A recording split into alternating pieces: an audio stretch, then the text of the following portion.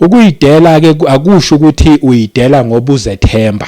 Awuyideli ngoba uzethemba, uyidela ngoba uthemba lo omlandelayo. Mina ngayidela ngoba ngangithembe uJesu engimlandelayo. Lokho kwangenza ke ukuthi ekuyideleni kwami kube lula. Mina angiyithembi, kodwa engimlandelayo ngiyamthemba ngenxa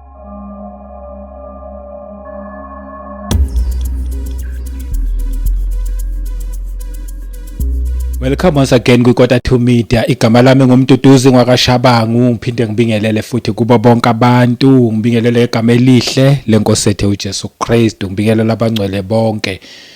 Mbonge nje kubantu abasubscribeayo. Ngiyabonga kakhulu kuma subscribers, ngiyabonga ngabakhomentayo, ngiyabonga ngama likes.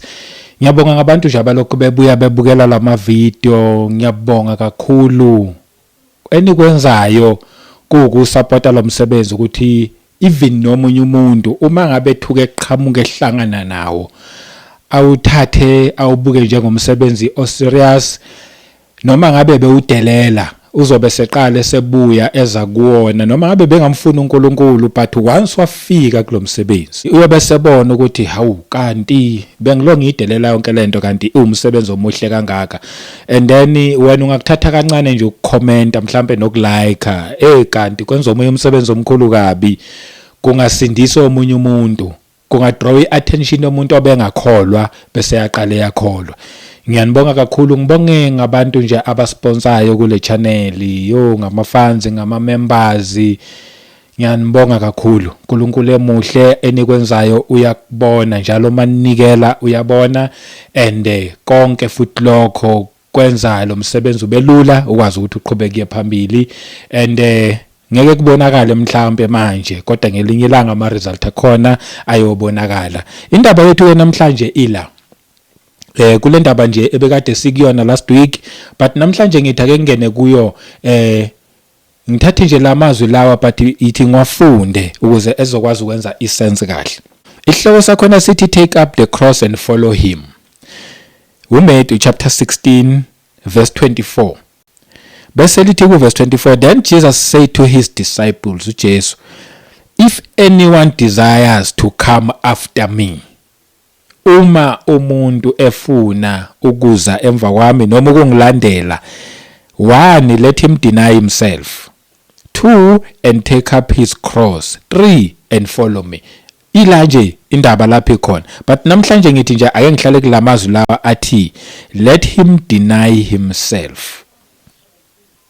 Akazidele. Amanye ama version athi reject yourself. Ayibeka ngaleyo ndlela leyo ukuthi you must just reject yourself uma ngabe ufuna ukuza emva kaJesu noma ufuna ukulandela uJesu Kristu. Makazidele. Ngithi nje ake nje namhlanje ngihlale kulamazwi lawa nje okuyidela. Yabona ukuyidela kuyabiza. Ukuyidela akuyona nje intwanyana nje encane. Uma ungakubhekisise kahle ukuyidela kusuka kude la qhamuka khona. Waqala uzwa kushunyayelwa somewhere kuthi uJesu uyasindisa, uJesu uthethelela izono, and wena bokade uphili impilo yakho uyihambela nje indlela zakho nje zasezweni, but wathi uma ngabe sewulizwa izwi elashunyayelwa kuwena wacabanga ukuthi mase ngithatha uJesu Kristu ngikholwa kuye ngisindiswa, bayothi nabangani bami bayothi nangoke nomduduzi sesindisiwe. Kodwa kwabiza ukuthi uyidele ngaleso sikhathi leso, kwabiza ukuthi uyidele uthi angisenandaba ukuthi abangani bazothini mabethi ngisindisiwe. Yes, vele sengisindisiwe. Angisenandaba ukuthi ifamily yami izothini. Kwabiza ukuthi uyidele mhlawumbe uqhamuka kwifamily nje yama traditions ngalendlela lexakile, wena wayichuza lendlela le yokuthi ngifuna ukukholwa kuJesu Kristu. Kwabiza lokho ukuthi uyidele. Ukonfessa kwakho nje uJesu njengenkosi nomsindisi kwangesiyona into elula, at the same time futhi akuyona into enzima, but uma ungakubhekisisa kahle kahle abantu abaningi kunzima ukukonfessa ukuthi uJesu inkosi nomsindisi okuphila kwabo. Yini indaba? Ingoba abantu abafuna ukuyidela. kodwa wena wakwazi ukuthi wena uthi ngiyayidela, ngiyamconfess ukuthi uJesu inkosi nomsindisi wokuphila kwami namhlanje, futhi ngiyakholwa ukuthi uNkulunkulu wamvusa kwabafileyo. Kwabiza lokho ukuthi uyidele, kwakwa step leso, foundation yokuqala. And ke manje wathi uma ngabe usuyinikelileke manje sewukholwa ke ususindisiwe, waseke uyashunyayeza uthola izimfundiso. Uma ngabe wathola izimfundiso zeqiniso, wathola izimfundiso ke manje ezithi ke kuyalahlwa ke ngoba uzuthwele, kodwa ke yonke le mithwalo le kufanele ihambe iphunguke, kuyalahlwa one by one, kuyalahlwa. Lokho okungalahleki ukunikela kuJesu okubizile, umtshele usarende kuyena uthi baba lokhu mina kuyangihlula. Yena ke uyena ozokuphumuza, njengoba eshilo nje ethi zaneni kimi nonke nina nithwele nenisindwayo mina ngizakuniphumuza. Uyena ke owenze njani, ophumuza abantu kulezi zinto lezi abantu abangasakhoni ukuthi bayiphumuze kuzona.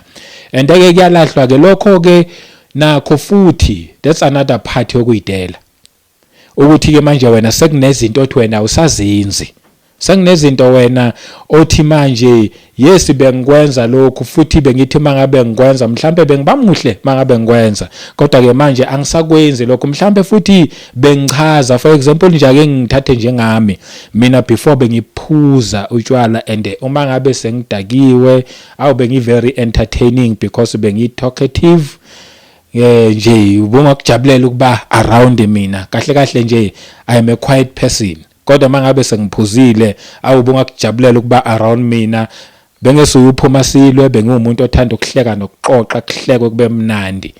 Kodwa ke manje uma ngabe sewungila kuJesu Kristu, sekubizani kwabiza ukuthi konke lokho kufanele ngikwenze njani, ngiyidele khona ukuthi ngilo ngithi ngichaza abantu ngokuphila kwami, because lento engangiyenza yes ukuchaza abantu but ngokukembula ngempilo, ngoba ini isono silidelana kuphi ekufeni.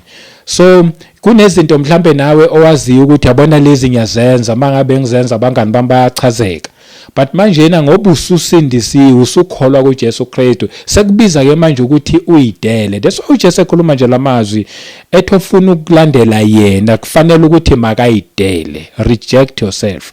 Then izono zaqala lapho ke ilokho iphunguka one by one kwena. Akuphelelanga ke lapho, abantu abaningi mhlambe futhi bana this understanding yokuthi usindiswa ukholwe kuJesu Kristu ukuze uzokwazi ukuyongena ezulwini, which is true, akusona manga lawo, but akupheleli kulelo qiniso lelo. Vele once wakholwa kuJesu izono zakho zathethelelwa, so nokuphila kwengona phakade, kodwa akupheleli ke lapho. Kusese nama sacrifices okufanele uthi mawenzeke kumuntu ofuna ukulandela uJesu. That's why ethi uJesu kufanele wenze njani, uyidele.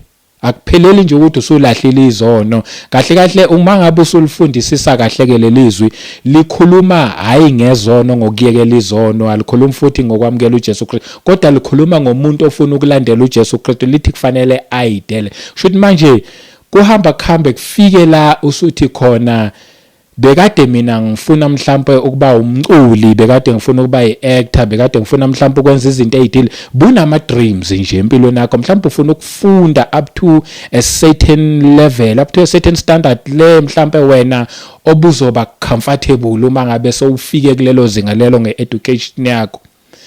Kodwa ke manje ngimawusuku uJesu Kristu sekubiza ini ukuthi uyidele. It's no longer about wena. Ukuyidela kuchaza ukuthi it's no longer about mina, it's no longer about wena, but manje it is about uJesu Kristu lo engimlandelayo. Kusho ukuthi ke manje sekufanele ngizwe ngaye, kusho ukuthi sekufanele ngithole umqondo wakhe, kusho ukuthi sekufanele manje ngenze intando yakhe, not eyami. Yes, nami benginentando enhle futhi elungile futhi ebizo support umndeni wami, size nabantu abaningi, kodwa ke manje it's no longer about mina nemicabango yami ukuthi bengicabanga ukuthi lokho kulungile. Now it's about uJesu Kristu. Ukhumbule phela sidaliwe. That's why uJesu Kristu ethi kufanele ofuna ukuza kufanele ayidele. Meaning kufanele understand ukuthi ngidaliwe. Uma ngabe udaliwe, wakudala ngepurpose yakhe. not ngepurpose yami nje ukuthi ngiyiphilele nje mina, wasidala ngepurpose yakhe. Kodwa ke manje futhi akayiforced le purpose le kithina.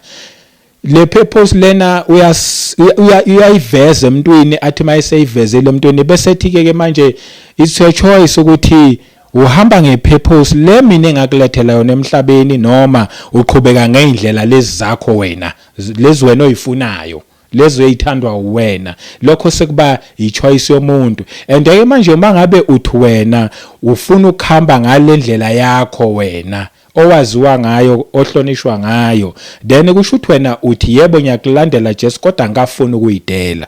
Up until kuze kufike la sewuthi khona makumela abantu bagcine bengasangihloniphi ke, ngenxa yokuthi ngithatha i-decision yokuthi mina ama-plans ami ayaphela, kufika la aphela khona, bese kuqala ama-plans kaJesu ngempilo yami. Uma ngabe sekufika ukuthi kumele kufike lapho, then kube nabantu abazongidelela ngokuthi ngathatha ama-plans kaJesu Kristu, then makube njalo. Uma ngabe kuukuthi wena ulo muntu lo njalo, kusho ukuthi wena uthi uyazidela. Lento le ayishoyo uJesu Kristu ukuthi ofuna ukuza emva kwakhe kufanele ukuthi makayidele. Ingama stages. As the more lokuhamba noJesu Kristu uyadiscover manje ukuthi hey yazi ngangiyidela lapha but kwangakaphelile. Yazi ngithema ngifika la futhi ngaphinde ngayidela but kwangakaphelile. Ake ngiphinde nje ngenze nje another example yami, mhlambe futhi nje something ezoba i-testimony. Ngiyakhumbula nje mina uma ngabe ngisaqala nje ukuyoshumayela ezimeleni, like uqala kwami qala ukuyoshumayela ezimeleni, kwakunzima kakhulu. Futhi nje ukushumayela sengiyitshela manje ukuthi ngiyoshumayela full time kwaku-2013, ngikhumbula kahle.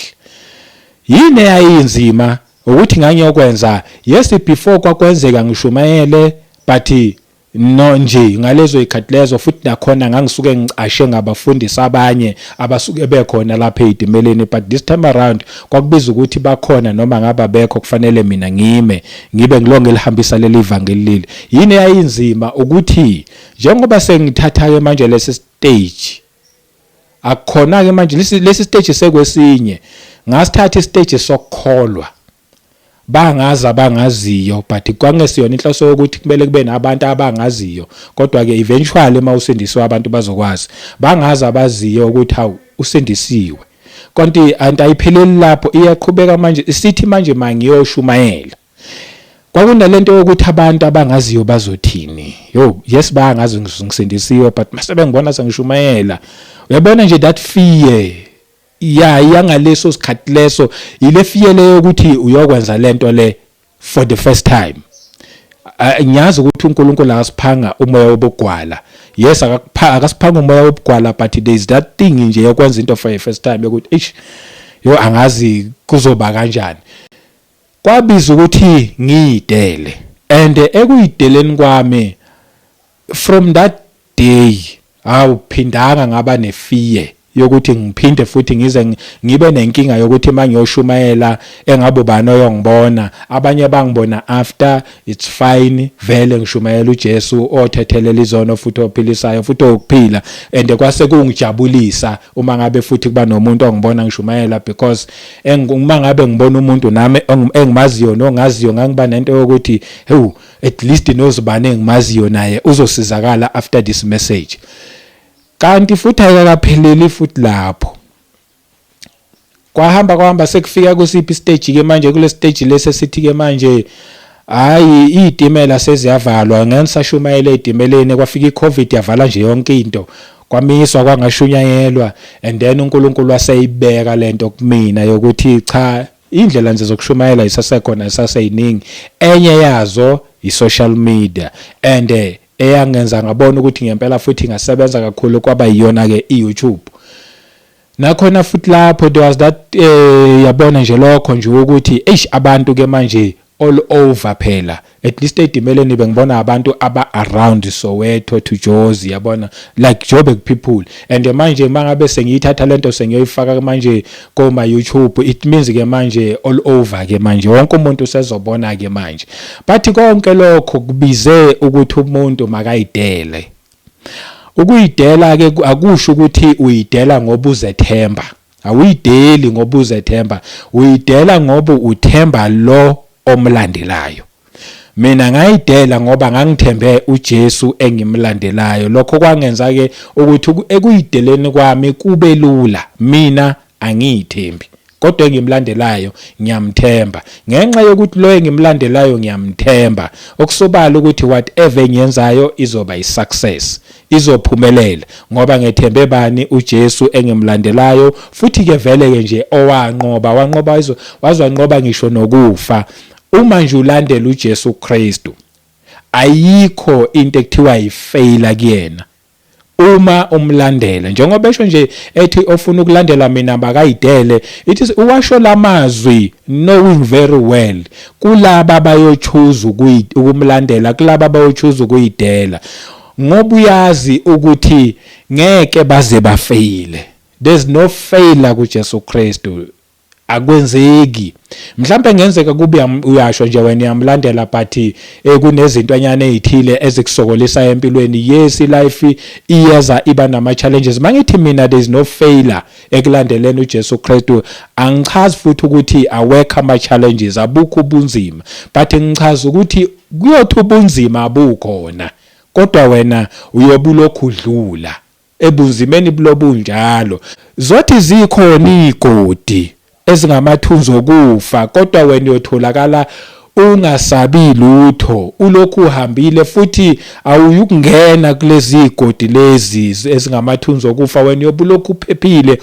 Ngizama ukuthi ngithi mina ama challenges neinhlupheko nokuthuka nakho konke kuyoba khona, yes, but uzobulokhu uphokophele nje uye phambili because omlandelayo naye wadlula kuzo zonke lezo zinto, kodwa egcineni wanqoba. Nawe uzoba ngonqobayo. Ngeke utholakala uyibulala, ngeke utholakale uyifeyila, ngeke utholakala uhlulekile. Imnandi nje indaba yokuthi uyidele ulandele yena, ngoba ngisho noma sekuthiwa ukudla kukho kodwa kwenzeka ulala ungadlanga, ngisho noma ngabe sekuthiwa indawo yokulala awunayo, kodwa nje yena wenza sure ukuthi noma ingazi ingahlonipheki leyo ndawo yokulala, kodwa indawo yokulala khona uzoyithola. Akwenzeki ukuthi ungabi nampahla yokugqoka, noma ngaze kungabi sona ama-label expensive, kodwa ngiyamazi lo engimlandelayo igama lakhe linguJesu Kristu uzokwenza ukuthi uyigqoke impahla uzoba nazo, futhi kuzoba impahla futhi eziclean. Kumnandi ekuyideleni kuyena. Ngithi nje angishare this message yokuyidela kuyena ukuthi ave kumnandi ngendlela eyisimangaliso. Kimina nje kwangibiza ukuthi mangiyidele kukhona konke. Ngasho nje futhi mhlambe ngilethe another testimony, mhlambe nje mina ukuthi ke okwenza futhi kakhulu ukuthi ngibone ukuthi kubalekile ngempela ukuyidela ingenxa yezinto uNkulunkulu aziveza kumina ever since ngilokho ngimncane elokhevela la empilweni yami. Zonke lezo zinto lezo zenze ngabona ukuthi uma ngabe ngeke ngize ngiyidele ngisebenze for umbuso kaNkulunkulu, kusasa ngizoyisola. Mhlawumbe omunye umuntu mina obamufakaza ngabuthatha njengentwanyana nje encane, iwele komunye umuntu ngaba into encane, but kumina bukhulu ubufakazi uNkulunkulu abenzile empilweni yami. Ngibona izinto azenzayo empilweni yami zankulu ngalendlela leyo ukuthi mangihlangana nezwi elithi engimnikeze kakhulu, ngiyofuna kuyena kakhulu, ngabona ukuthi kushuthi nami kufanele ngenze kakhulu, kufanele ngiyidele nje impela nje futhi ngiyidelisise.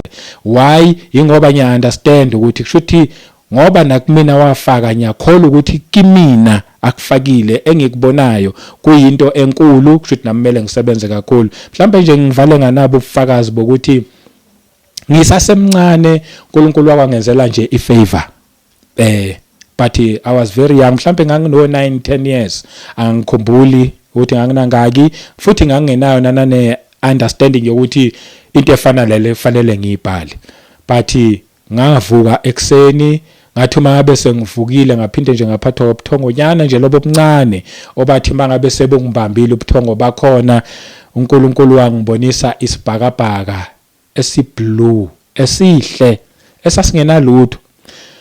Kwakungena mafu kulesa sibhakabhaka, kwakungena langa, kwakungena inkanyezi, kwakungena nyanga, kwakublue nje kukuhle nje.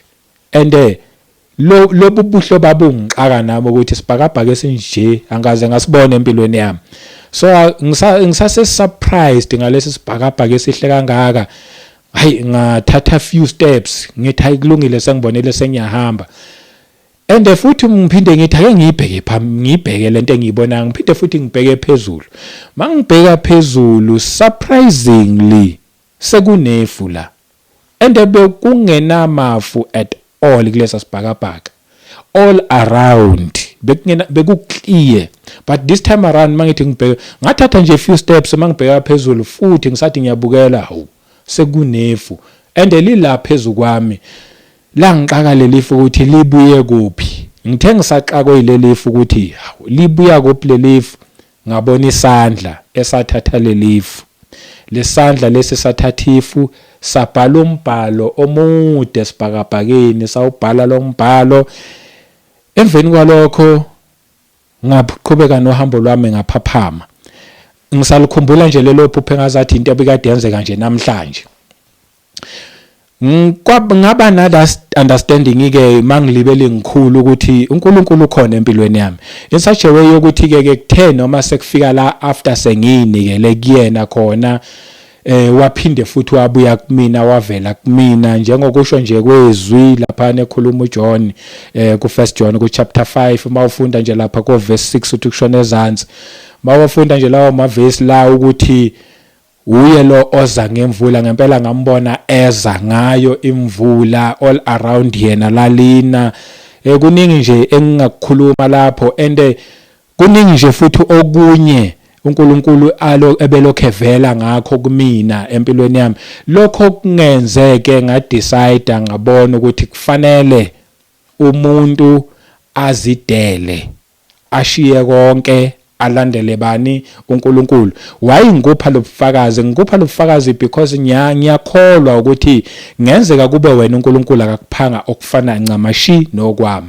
Kodwa kunezinto ezithile uNkulunkulu abelokhe ekubonisa ngazo ukuthi ngikhona empilweni yakho.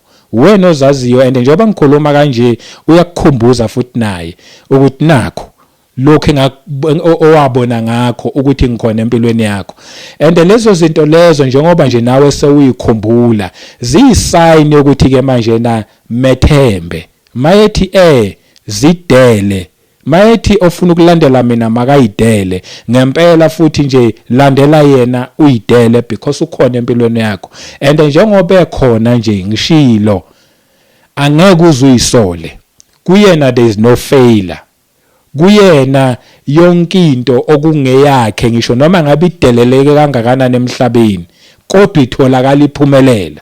Itholakala iba yisuccess ngani ngokuthi umuntu olandela uJesu Kristu eyawadecide ukuyidela. That's why ethi ofuna ukuzemva kwami makayidele. And ke nje siyababona abafundi bakhe bayidela. Bamlandela bayidela bashiye ukudoba inhlanzo kwakwamabhizinisi abo bayidela bahambisa ivangeli elaba yisuccess. OPaul siyabazi abahamba bayidela bebekade baziwa bedumile baziwa ngomthetho ukuthi abantu bomthetho but bayidela balandela bani uJesu egcineni baphumelela. And even noma ungabuyela back kwi-Old Testament ulando Moses uthola isuccess kubona Abraham uthola isuccess bonke abamlandela bayidela kuhamba kutholakala ukuthi egcineni kunempumelelo. And ngithi angivale nje ngalawa amazwi next week uma ngabe ngibuya ngizobe ngingena kulamazwi lawa athi and take up his cross uthwala isiphambano sakho. Namhlanje nje bengisakhuluma nje ngokuyidela. Verse 27 uthi for the Son of Man will come in the glory of his Father with his angels, and then he will reward each according to his works. Ngithanda nje lamazwi asekugcineni, and then he will reward each according to his works. Ekuyideleni kwakho kune reward, kunomvuzo, uzohlomula. Lalela uzohlomula ulokhula emhlabeni. Uphinde uzohlomula nangale kwethuna ekuyideleni kwakhe. Yebo leli verse likhuluma ngesikhathi sokugcina lapha eseqoqa konke eyoqhamuka ngenkazimulo kaBaba nezingelosi zakhe. Bese ke kuthi ke manje omunye nomunye ngokwemsebenzi yakhe areward noma ahlonyuliswe. athola okungokwakhe ngokuthi wasebenza kuphi embusweni. Kusofika leso sikhathi bathi engikutholayo mina ama-reward siwathola nje silokhu sihamba nje la emhlabeni kwabayidelile kuyena. Abayidelile kuyena bangakutshela ama-reward akhona amanye kungenzeka kube into engabonakali, kodwa uma ngabe usuthi yahlala uyayibhekisisa ubona ukuthi lona le bekuyi-reward. Angivale nje ina i-testimony yokugcina. Mina ngibuya kwenye i-accident enye embi kabi, siyifamily yakwaShabangu. I was part of that ifamily yayibuye emncwabeni isigibela iQuantum lashayisana nenye iQuantum yayilayishe futhi another family. Zaphela imoto zaphela. Lama Quantum asichithela ngaphandle. I was one of those people abadobhuwa ngaphandle le estradini ngaphandle. But akuzange kuze kushone ngisho nomuntu oyedwa kuleya accident. Kwaze kwamangala even nama paramedics ayekhona. Ngawezwe ekhuluma isilungu. Esho la ama paramedics ethi how come there's not even one person who died in this accident. Nabo bebe surprised kwabona cause i-accident efana naleya beyibiza ukuthi kube isibhicongo sengozi kushona abantu ngendlela eyisimangaliso. Kodwa wathini uNkulunkulu ngaleso sikhathi ke mina mangabe sengiyibuka personally kumina. Wathi uNkulunkulu yazini ubulokho ethembekile ushumayele idimeleni. Ngizokureward futhi ngempilo. Kule accident bekumele ungafi, ngokuphephise, ngiphinde ngophe impilo. Another days uphinde uphile uqhubeka ufakaze ngami. Yingakho ngithi mina kunomvuzo ekuyideleni. I hope lobu bufakazi lobu bubusiza umuntu obukelayo right now. Kunomvuzo kungenzeka umvuzo wakho ungabonakali, mhlawumbe ungashumayela kuphela iminyaka ngamina ngishumayele full time 7 years. Angaze nje ngize ngihole even or mhlawumbe kube nomuntu ongipha nje u20 athi nje yazi wazwashumayela kamnandi ukubambe nawo 20 yonke lo minyaka 7 years akekho nje umuntu wakwathi nje wayithinta nje ipocket wakhipha something wathi mina yakupha. The only person nje wakwangenzela ifavor ngiyakhumbula nakhona ikhashayana yilo kube kuthi mangabe izitimela ibheda eze athi Shabangu ngizothatha wena asambe sogibela itaxi ngizokubhadalela etaxini. Yileyo part nje ngikhumbulayo but nje ukuthi nje kube like into ethile efana nomholo into ebingakazi zibe khona but bengikwenza ngoni ngoba manje bekubiza ukuthi kufanele ngiyidele and kwathi uma ngabe sengidlula kuleyo accident leyo ngiyambonga nje uNkulunkulu ukuthi nefamily yonke nale enye ifamily engayazi nayo wayigcina wayiseva kwangashona noyedwa umuntu nabalimala balimala but bakhona abasaphila today. Ngiyambonga ngalokho. Mina ngikubuka njengomklomelo ukuthi wathi uNkulunkulu naye reward yokuthi wena uchoose ukuyidela. Ngifuna ukukukhuthaza ekuthenini umethi siyidele akhona nje ukuyidela ekuthenini siyeke izono. Kahle kahle izono ziyayekwa but leli verse likhuluma nje ngawe uwedwa. Uyidela uthi manje sengichuza ukusebenzela uNkulunkulu futhi ngimsebenzele full time. Ngenzeka umsebenzele usabambe nomunye umsebenzi eceleni. Kuyofika isikhathi mangabe sefuna futhi uyeke nalo seceleni kulungile izwa ngaye ukuthi yena manje ukudirector kuphi and mangabe sethi manje kuyeke lokhu yenza lokhu ngoba ulandela yena. Themba ungasabi lutho. Igama lami ngumduduzi ngwakaShabangu. Asiphinde sihlangane futhi kwivideo elandelayo. uNkulunkulu akubusise wena nomndeni wakho nakho konke. Amen.